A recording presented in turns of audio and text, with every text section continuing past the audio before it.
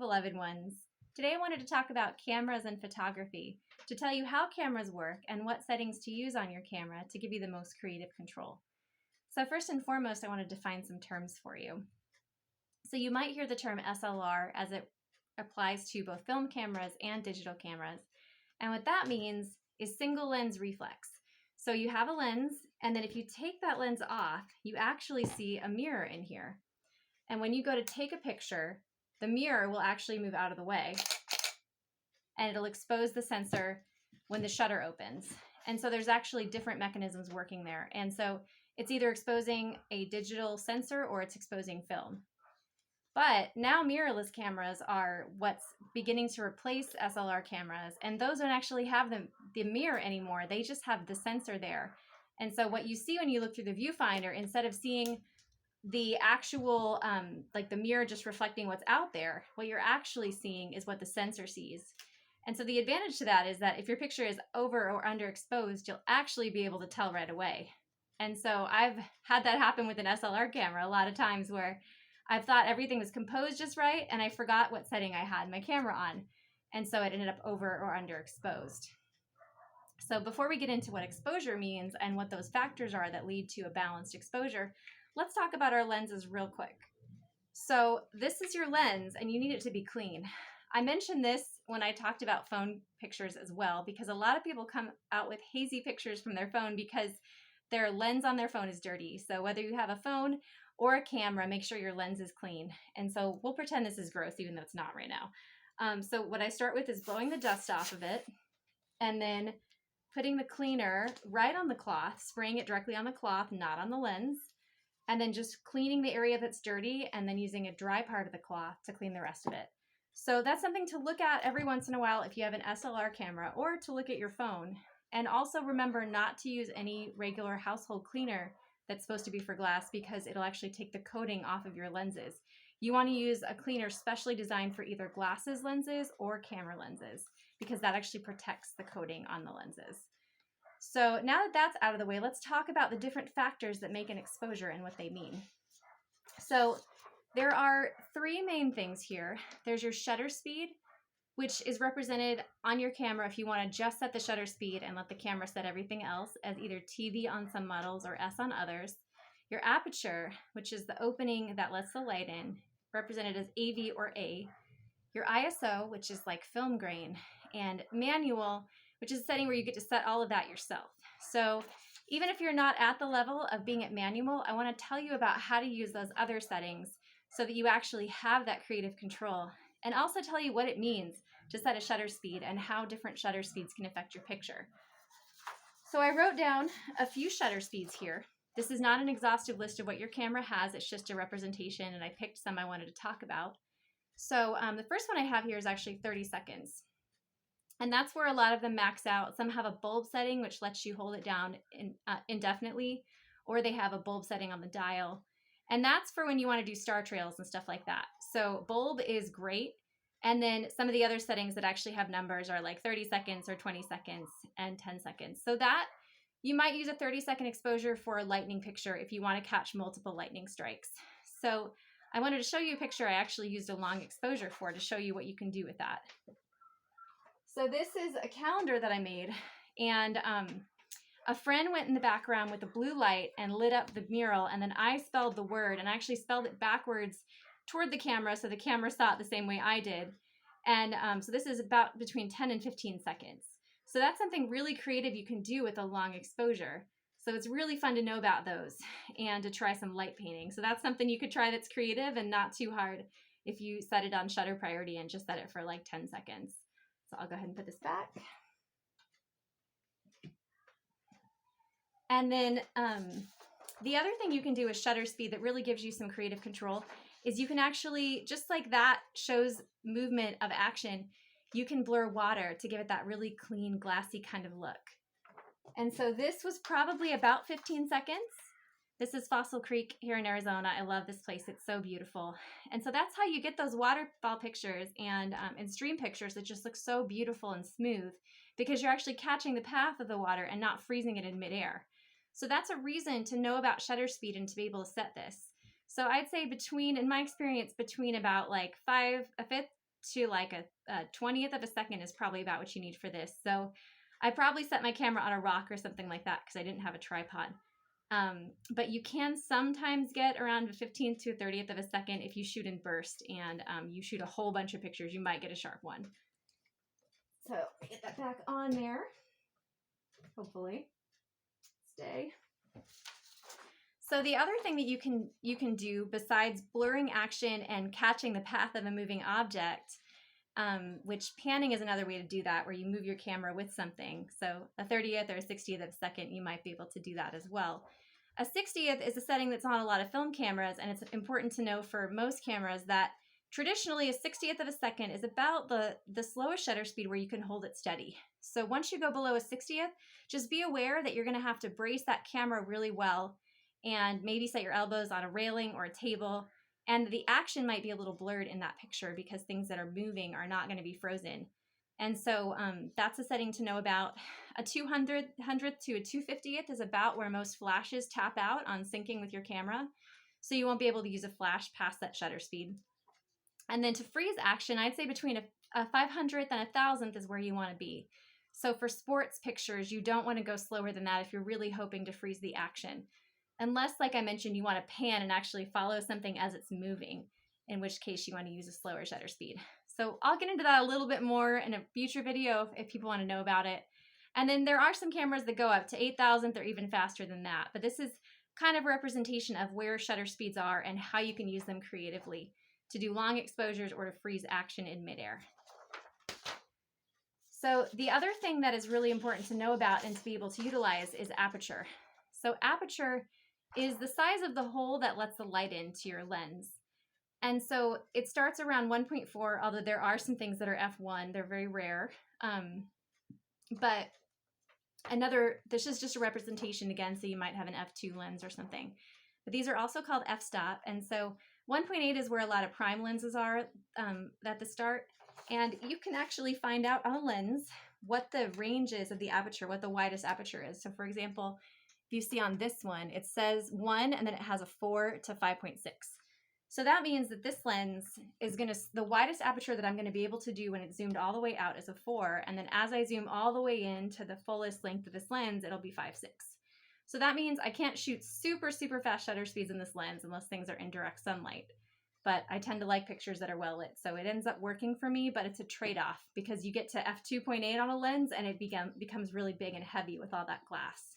So that's something to consider, and something if you're wondering what your capacity for aperture on your lens is, it's usually somewhere toward the top. So at 1.8, you get a really beautiful blurred background, what they call bokeh, which kind of has those little circles that are blurred. And so 1.8 is really fun to use for portraits as long as you nail the focus on the eyes. And as you go up, it becomes more range of focus. So this is very, very specific focus and very light sensitive. And this is very general focus, like landscape is more a higher aperture. So you can actually set your phone for these if you get an app like Halide or like Pro Camera. There are some others that'll let you set aperture and set shutter speed, even if you don't have an SLR camera. So aperture is something really important to know about because then you really have control of how specific your focus is and or how general it is. If you want a picture with a lot of range of things in focus, like the flower field and the mountain, then you want to go towards 16 to 22. And if you want to have a very specific focus, like a blurred background, you want to be over here. So that also affects, like I said, how much light gets into your camera. So it's always a trade-off. That's why there are 3 factors. So if you choose a wider aperture, you'll probably get a faster shutter speed. If you choose a slower shutter speed, you can get a higher aperture. And so just knowing these things and the way that they interact with each other will enable you to actually make creative choices that are going to really give you the control that you want. So ISO is a holdover in some ways from the film days where it actually described the type of grain on the film. And so 100 was the smallest grain, 200 a little bit more, and as you got up to 800, you really could see that grain. So if you ever see old pictures that are super, super grainy, they were probably shot with a high ISO. So that has carried over to digital cameras where the listing of the ISO is actually similar in that relationship. So I, with my crop sensor camera, like to stay between about 200 or 400 because a lot of the sensors that are smaller are not as great with low light situations. But there are some cameras now that go crazy high. The highest my camera goes is to 16,000, but we're talking like, I think there's some 200,000 out there now. So it goes pretty high. But depending on how old your camera is and how big your sensor is, you might be limited to these and you might not want to go this high because you'll really start to see grain. So if you can't use a flash, and you might get pictures that are super grainy, but that's part of the trial and error that needs to happen. So with all of these, I would suggest trying different shots and trying the same picture different ways and seeing which one you like the best. Because my goal here is to get you to know these settings enough to not shoot on auto or program, but to actually shoot on TV, the aperture priority, or TV is shutter, or AV for aperture. So I'll go over those again here. So these are those settings. So TV/S for shutter speed, and the camera will set your aperture and your ISO. So you want to watch it with these to make sure the ISO doesn't go too high. You don't want it too grainy. And you can also set that ISO yourself. And then aperture, A or AV, ISO is just setting either yourself or with the camera. And then manual, if you really understand these and you want to go full manual and set everything, then that's what that means on your dial. So I did want to mention a few settings and what they tend to prefer. So these are going to be either on your dial on a Rebel or a camera like that, or they're going to be in your scene settings. So there's the sport setting that'll look like probably a running person, kind of like Frozen, and that's going to freeze the action for sports. And so that's a setting to use if you want a faster shutter speed, but you don't want to have to pick the shutter speed. Portrait is going to give you a more narrow focus, a wider aperture, so that would give you a person in focus with a blurred background usually, depending on the lens that you have. And landscape is going to give you more depth of field, so a smaller aperture, a larger range of focus.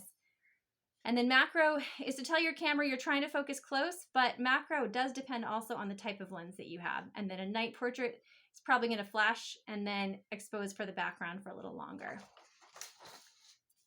So I also wanted to mention that you do need to be aware of different kinds of lenses and how they affect your picture as well. So the Rebel and also my other camera, my 7D, are crop sensors, which means the sensor is smaller. And so you're actually multiplying the focal length by 1.5. So even though this says 18, it's truly actually 27. And so there is a 10 to 18 if you want a wider angle, because wide angle lenses are typically like 10 to 24. So that really gives you a very, very wide landscape picture. And then 50 is what they say the human eye sees. So they call this the nifty 50. It's I'll get into what this is later, but 50 millimeters on a full frame camera is similar to, like, if you put the camera down, it's kind of the same, everything would look about the same size. So telephoto lenses are zoom lenses that really zoom in a lot. So this is a 70 to 300, and 150 to 600 exist that are huge. So it really depends on the size and how much you want to get in your picture or how zeroed in you want it to be. And then, like I said, the prime lenses are like this 50 here. And what's great about prime lenses is you can get a wider aperture without paying as much as if a lens that had a range on it had a wider aperture. So there are 35 millimeter, which would be like a 50 on a crop camera, or 50 millimeter, which would be like a 75 on a crop sensor camera. And this is my favorite portrait lens. I love it. I love it because it has that beautiful soft background when you're on the wider side of the aperture. And it's cheap. It's about $130.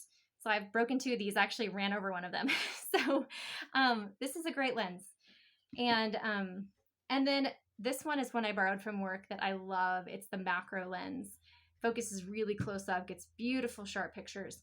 So if you ever have the ability to invest in a macro lens, it's great. But if you don't, there's actually these things called extension tubes that are around $100, and you stick them on your lens. Like I use the smallest one typically and put it on my 50 millimeter. And I actually got this flower picture with an extension tube. So it came out pretty sharp, and it's a little bit challenging because I had to really be aware of the depth of field. Like I think this was probably shot with around an f8 aperture to get all of the petals and the middle of the flower in focus. And I had to just kind of go back and forth until it was in focus. You can autofocus with extension tubes, but I sometimes find that I get frustrated because the camera doesn't know what I'm trying to do, and I'll just put it in manual and I'll just get it further back or closer up until it's just right. And this one is something I shot with a telephoto lens at the zoo. So telephoto can really bring your subject in nice and close and get you a really beautiful shot. So those are different lenses and lens options. Wanted to talk briefly about the rule of thirds, which here's a picture divided into thirds this way like a tic-tac-toe board. And you don't want to put your subject smack dab in the middle or put the horizon line right here in the middle, because you want to give the person looking at this something interesting to look at. So I wanted to mention that because I think a lot of people ruin their picture by having your subject in the middle and having nothing interesting anywhere else. So you could put your subject here and then have some cool background here. Put your horizon lower or higher depending on if the sky or the water is more beautiful in that case.